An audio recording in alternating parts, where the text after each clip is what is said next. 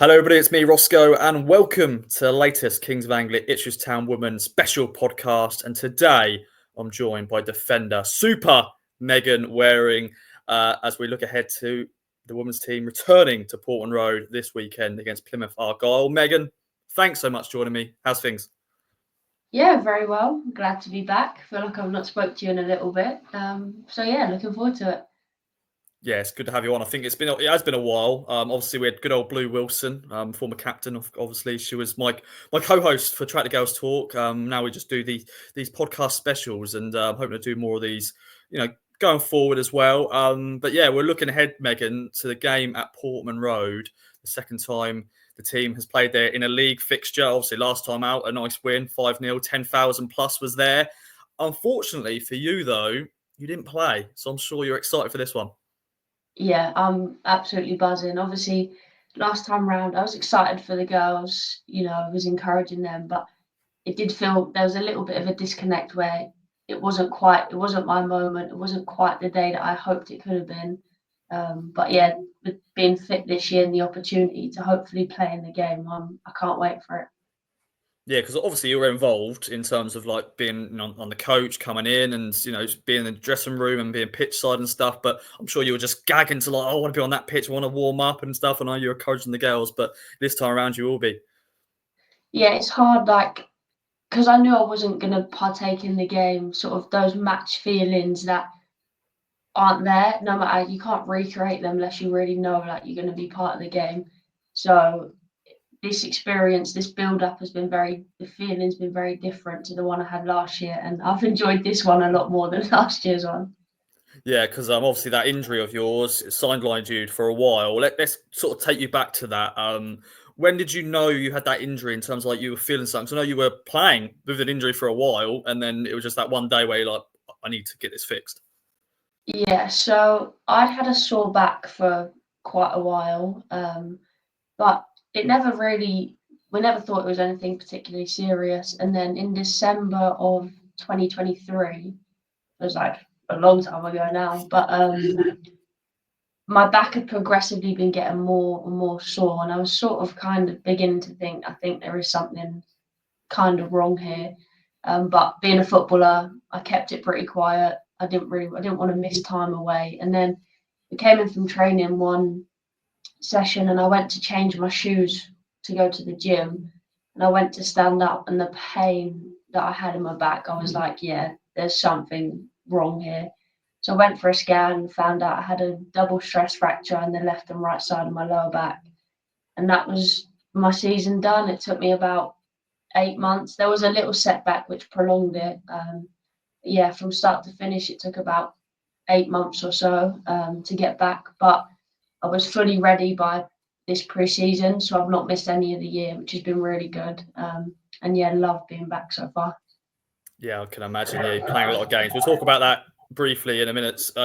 But yeah, you obviously that injury, because you're playing a lot of games at a young age. Was that sort of the reason? Do you think when the physios and stuff were telling you maybe because you've been playing a lot of games? Because yeah, you're young, you shouldn't be getting a bad back, but because maybe you're playing so much and obviously you play and train a lot as well. Yeah, I mean it's difficult. Stress injuries are to do with loading, and obviously I was also at St Joe's, so I was playing there. At the beginning, I was playing with the academy, St Joe's, the first team, so I probably was under quite a lot of load, which may have played a part. I mean, we'll never 100% know. I may have just had sort of, what's the word? Might have been more susceptible to a stress injury. Some players are. So we'll never really know, but the biggest thing is now my back feels great. It's nice to be young and have a good back. It's taken me a while to feel like that, but we're there now, and I hope to keep it that way for the foreseeable. Yeah, definitely. I'm sure your dad were thinking, I'm older than you, and probably my back's fine, but you've got a daughter who's got a bad back. Yeah, anytime I say, "Oh, my back feels a bit tight," he's always like, "Is it okay?" I'm like, "It's fine, Dad. Don't worry." Yeah. And obviously it's fine because you're having an unbelievable season, Meg. The team is, but yourself as well. 22 games, 6 goals. Goal scoring defender. You must be pleased about that. Yeah, one of my goals this season was I've always felt like I could score more. I'm relatively tall. I always get put in the box for set pieces, and in both my previous seasons, I've always felt like I should probably score more than I do. And with Loz coming in, we've had a bit more time to work on set pieces. And so I found myself sticking it in the net a bit more often, which I quite enjoyed. And hopefully before the end of the year, I'll grab maybe a couple more. Or double figures, that'd be great. That'd be really good. Love that. I'm not sure about double figures. If you're 4 away, so you never know. Obviously, last year when you scored against Cardiff away, the opening day and that late winner, that was like, yes, finally Megan scored. It was unbelievable scenes because we were waiting for that moment because you've had so many chances to get. You're in good positions. There's a few times you could have an overhead kick. Maybe that would have been good for your back. But yeah, solidly, you must be pleased though. You're playing a lot of minutes, obviously defence as well, and being really solid, clean sheets as well. Yeah, very happy. I think at the start of the year, obviously coming back from injury, like we made a couple new signings. I wasn't sure what my game time would look like, but thankfully I've sort of been able to, train well, get some opportunities in games, and be a part of a really strong back line. As a defender, keeping clean sheets, one of my favourite things to do, and the back line, we just gel so well, and it's been really fun to play in games and training. Even in like attack v defences, we're always up for trying to keep a clean sheet in training. So yeah, I've thoroughly enjoyed it so far this year. And yeah, it's great partnerships. Obviously, Boz unfortunately is injured, but obviously she's leading the team this season. Obviously, Leah's there as well, one of your close friends in terms of coming through the academy. I'm sure it's been great to play alongside those. And obviously, we can talk about the whole team, but as a partnerships defensively, it's been solid. Yeah, so obviously, towards the start of the year, I was playing on the left-hand side. Obviously, with Boz picking up her injury, I've shifted over to the right. So, and Leah often plays right back. So we've had even more of sort of a partnership now in the last couple of games. It's been fun actually like playing and passing with her quite a bit. Yeah, just along the whole back line, we've all got a great connection. Me and Maze, all of last year, travelled up and down together. And we played with each other on the left-hand side. So yeah, I get on with all of the back line super well. We've all got a great connection. Yeah, and sadly, Boz is going to be in the same position as you. I know she obviously played last year, but I'm sure she's going to get a lot of sport. And obviously, there's a few other players who, like Charlotte Fleming as well, who won't be able to play, but I'm sure they'll be part of the travelling team coming down to Portman Road and just being there and being part of the day. Yeah, obviously last year when I missed out, Rachel still made me massively feel a part of it. She still hung my kit up in the changing room. Like I was still with all the girls for the pitch walk. Obviously sat in the dugouts at the game, and having first-hand experience that, I think I definitely want to make them feel part of the day as well, because I do know there is that element of disappointment of feeling like you're missing out on something, and just the girls as a whole team will know that, and Rachel will include them, we'll include them. They'll very much still have an important part to play. Like Shah, since she's been injured, has often come into the changing room and given a good little inspirational word before the game or at half time. And no doubt Boz will be in there and probably say a few words. And they've also been motivation for us throughout the season, with what we're trying to achieve, and they've been a huge part of it, and then picked up their injury and they can't physically impact games anymore. I've completely lost where I was going. That was really inspirational, but I've completely forgot what I was about to say. Don't worry. No, I felt it, Meg. It's all good. I felt it. It's all good. I was really going somewhere, and then I got lost. It's fine. We'll go and talk about the game as a whole shortly, but I want to talk about some milestones you've hit recently. Obviously 50 appearances. Over 50 appearances now, but that must be great to hit 50 senior appearances for the club. Yeah, definitely. Obviously, last year before I got injured, I was sort of looking at the totals. I was like, I might be able to hit my half century, and then picked up the injury, and I was like, well, I definitely won't be hitting 50 this year. And then we were playing at the start of this year, and I hadn't actually thought about it. And then I just happened to go on to the FA's website, and I was like 6 games away from 50, and I was like, oh my gosh, I'm going to hit it. But yeah, to hit 50 for this club at a relatively young age very exciting, and I hope to go on to make many more appearances. But yeah, very, very thrilled to hit that this year. Yeah, that's good to hear. And obviously, yeah, Pesca obviously recently hit 100 as well, and she's still at a young age as well. I'm sure she's going to hit more and more. And obviously, Tash has got the record appearances, record goals. Probably record goals will never be beaten. But yeah, it's great to hit those milestones as a player. And obviously, I want to talk about Scotland briefly as well, Meg, because obviously, I'm sure you're always is honoured to play for them. You know, for your mum, good old Lynn. 10 caps so far, is it? Is that correct? Yeah, I think it's about that. Yeah.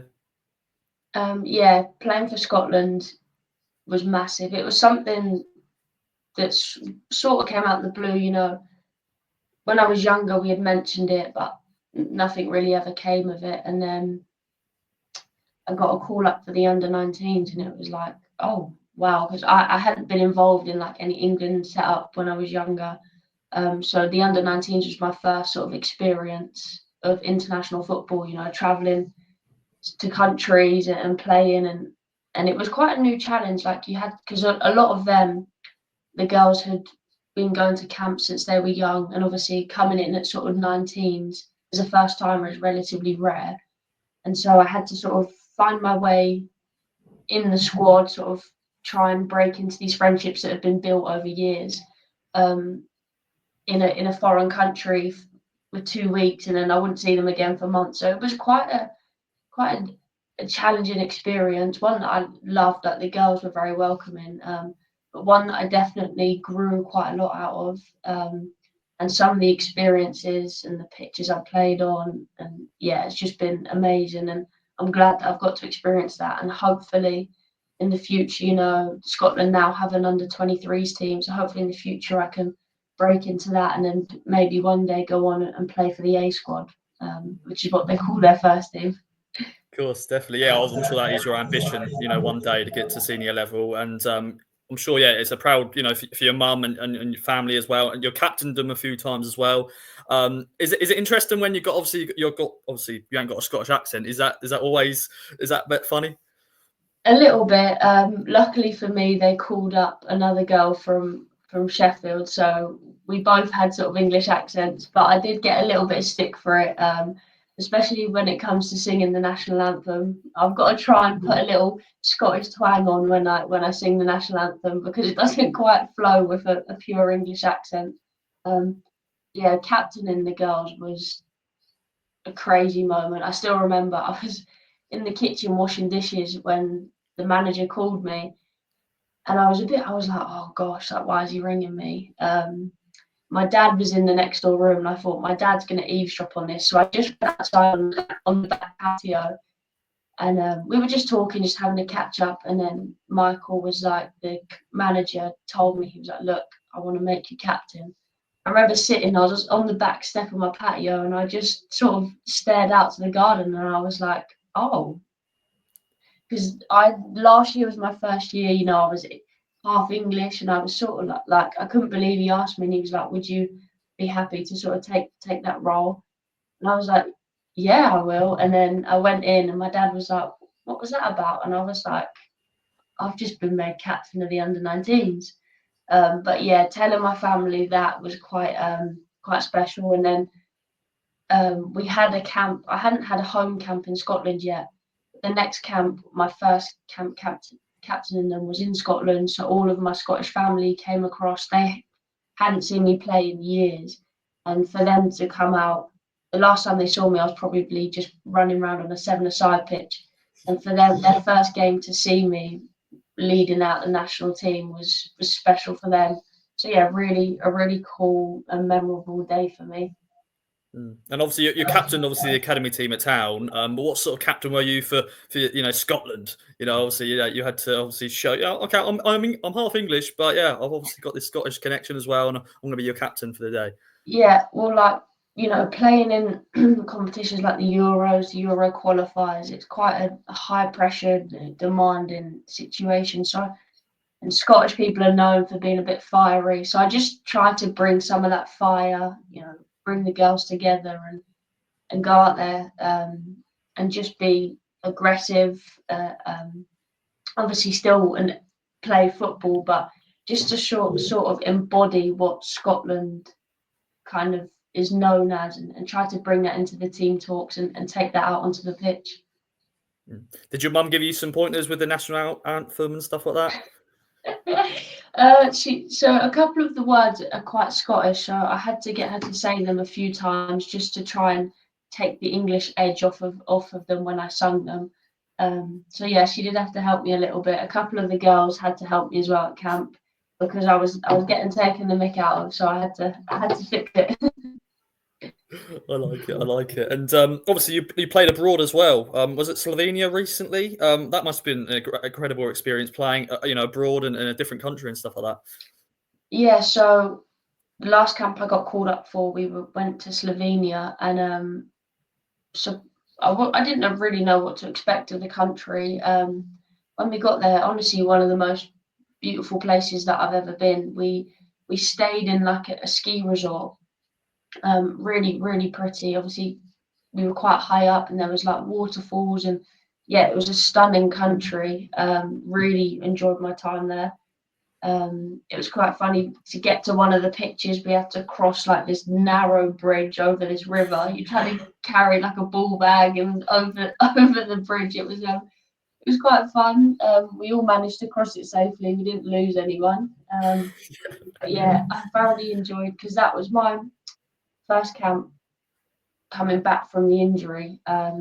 So it was nice just to be back amongst it, catch up with staff that I hadn't seen in almost a year. So yeah, it was really nice to be back amongst it and just to find my feet on that level again. That's good. Any future plans? Like, what's the next sort of coming up for the under-19s? And obviously, you said under-23s, hopefully one day. Yeah, so I've finished with the 19s now. So the next step is the under-23s. Obviously, with the age gap being a wider range, there's quite a big pool of talent because you can also have players that are over 23 come into the squad. So, I'm always keep in touch with the staff from Scotland. I get on really well, have a really good relationship with them.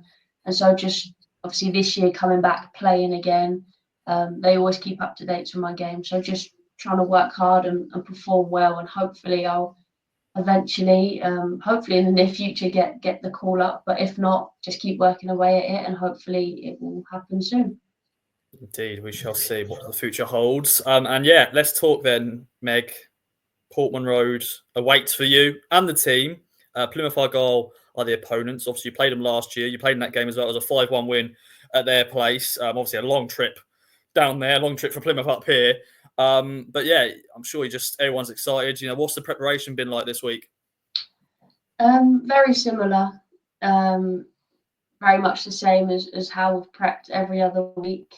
Our biggest sort of thing at the minute is just hard work every day, every training session, not looking too far beyond what have we got today, what have we got to do today to be best prepared come the weekend. But obviously there is an element of excitement. A lot of the new girls obviously never played there. For some of them, it's their first big stadium, big crowd game.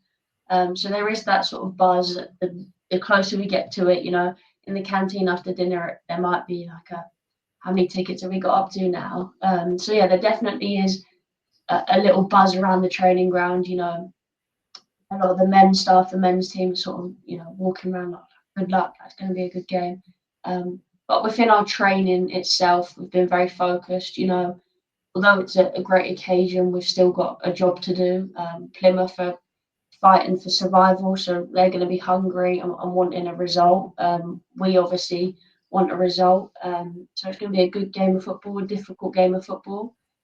So yeah, just all focus is on working hard and getting the right result, and but also enjoying the day. These are moments that a lot of us have wished for since we were little. So yeah, embracing it, but knowing that there is still a job to do at hand.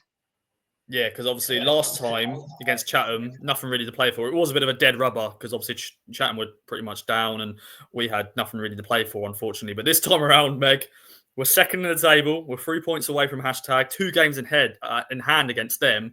So yeah, as you said, a lot to play for, and yeah, big 3 points, up for grabs in this one. Yeah, massive 3 points. Plymouth have picked up a few good results lately. They want to survive. They're desperate to survive, and we're desperate to keep winning. And so, yeah, it's going to be a big game of football, a competitive game of football. Not an easy one for either team. And yeah, looking forward to it. We love a challenging game. So yeah, can't wait to get on that pitch and see who's the better team on the day. Yeah, and obviously you're going to see a sea of blue. It was over 10,000 last season, which is incredible. For a game that didn't have much on. Obviously, it was the first ever league game in the history of the club, so it was always going to be a good occasion. But this time around, a lot to play for. There's a superstar, a global superstar. Ed Sheeran's going to be in the crowd as well. I'm sure that's an exciting time for players. Yeah, obviously they posted it yesterday. I think that's quite exciting. So hopefully he'll enjoy the game. It might bring a few extra numbers into the crowd. But yeah, can't wait to get in front of the fans. For the fans that have followed us for the last 3 years, and we've fallen short on multiple occasions, and this year, with the potential that could be if we can continue to win our games, to almost reward the fans and give back to them for their support. And then the new fans that are experiencing watching us for the first time, hopefully we can, show them our ability and how we want to play as a team, and that they'll then be inspired to continue to support us. And as we grow as a squad, that our fan base will continue to grow, and that we can see more and more attendances on the closer to the scale that it will be on Sunday. Yeah, it's going to be a great experience, and hopefully the fans will get behind us and we can put on a good performance for them that they can enjoy. Yeah. I'll sort of repeat that what Meg said later. If you're listening, you're still and armour about going, get your tickets now. They're still available. And yes, Sunday at Portman Road, get down there. And for me, it inspired, I think, a lot of people, a lot of young girls as well, and boys as well, but young girls who obviously want to get into women's football. And yourself, Meg, you probably didn't have role models much back then when you were sort of growing up, because obviously women's football was still growing. Obviously now it's a great time right now. You see so many people, so many girls playing. I'm sure that's, for you, just you're inspiring the next generation. Yeah, massively. I think even after games now, when kids hang around for 15, 20 minutes, desperate for a signature, it still feels a little bit weird because, when I was younger, there was very much, you looked up to your Arsenals, your Rachel Yankees, your Ellen Whites, but they were all like big stars in our eyes. I wouldn't have gone down, down to Felixstowe and seen a tier 3 team. I probably didn't even know tier 3 existed back then. But to have now, we get a great following down at Felixstowe, and to have that in the tier 3 of women's football just goes to show the growth that there has been over the years, and the fact that I might be someone's role model is still a weird concept to get your head around, that someone wants my signature or wants my pair of boots, but to see that filter down through the tiers of women's football is great to see, and it's a testament to the growth and the investment that's happened over the years. So yeah, if that could continue, then that's great. Yeah, super mega wearing. That's what we chant. And obviously, your dad is part of that great support. He's on the drum. He's got the hat. He's everywhere, which is great to see. And yeah, big shout out to those supporters who have sort of been following the club home and away the last few years, and seen this journey. Obviously, the club is really ambitious, Meg, in terms of, a lot of you girls now are full time, training and stuff like that. What's that been like, to go into like a full time model? Yeah, I think the jump's been really helpful. Obviously, training just more regularly is only going to benefit you. It's what a lot of us have wanted for a long time, and to sort of be moving towards that is great. We play for a great club. We're very lucky with what we're given, and yeah, it's been very good. I think you've seen the growth and the development on the pitch as a team, and so hopefully moving forward, as we continue to hopefully progress through the leagues, we'll continue to move towards a fully full-time basis, and yeah, that everyone can sort of just enjoy being a footballer outright. But yeah, we're slowly moving more towards that, and it's exciting. Yeah, very exciting time for the team. And you're going to do anything different? Is any pre-match, superstitions you have when you go on the pitch, or even pre-match? Is anything different you're going to change at Portman Road? Because obviously it's a big stadium. You're going to be in a different dressing room. Anything you're going to, like you do normally with socks or anything like that? To be fair, I'm not really superstitious. I'll keep my food the same. We are having pre-match together, which we do for most games, to be fair. But yeah, I'll just make sure I keep what I eat the same. But I think a lot of the girls are quite conscious of, regardless of where it is, try and keep the processes the same. They've been working for us for the season so far, so not to change too much, not to get too caught up in sort of the day, and try to keep your processes the same, your preparation the same, so we can go out and deliver for the fans and yeah. Yeah, and I'm sure you're going to have a lot of family and friends coming as well. I'm sure they're going to be, a big support. I think it's going to be, yeah, as I said, we're hoping to hit more than we did last time around. I think last time I looked, it was 8,000 sold. I'm sure there'll be more sold with Ed Sheeran's little plug and other things, and obviously people deciding what to do on their weekend. But yeah, I'm sure you're going to be looking forward to walking out that tunnel and seeing the sea of blue. Yeah, it's going to be great. I think me and Nat went and did a visit on Monday, and one of the girls asked, like, what moment are you looking forward to the most? And I think that moment of walking out the tunnel and you first see the crowd, the size of it and the noise that they can make, I think that moment's going to be really special. But yeah, I've got a lot of family coming.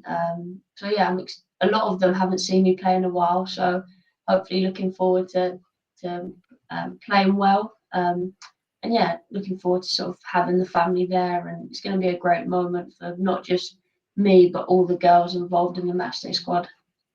Yeah, it's going to be a great day. And yeah, get your tickets, ladies and gentlemen. Get down there, support the girls. Meg, thank you so much for joining me. Any other business? Anything else we should talk about?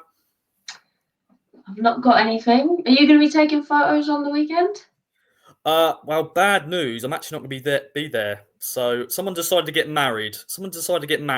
And yeah, Ross. so I know. So this is just me really. I've been plugging the game. I'm not even going to be there. So that is disgraceful for me. Disappointed. Yeah, but there'll be people there. Don't worry. There'll be people there getting the snappy snaps. Don't worry. But yeah, disappointing really from me. But I wanted to obviously, plug the game. Be involved in this moment. I'm just going to be like you, Meg. I'm not going to be involved. Not last year. But obviously you were actually there, so I'm actually, good actually from me. I'll let you off. This interview's been ruined now because I've just sort of told people that I'm not going to be there. But it's going to be a great day, Meg. I can't wait for you girls to experience Portman Road once again. Hopefully, you'll be able to play there more often in the future. I think that is the ambition as well. But yeah, Meg, best of luck on Sunday. Hope it's a good game and bring it on. Thanks again. Thank you very much.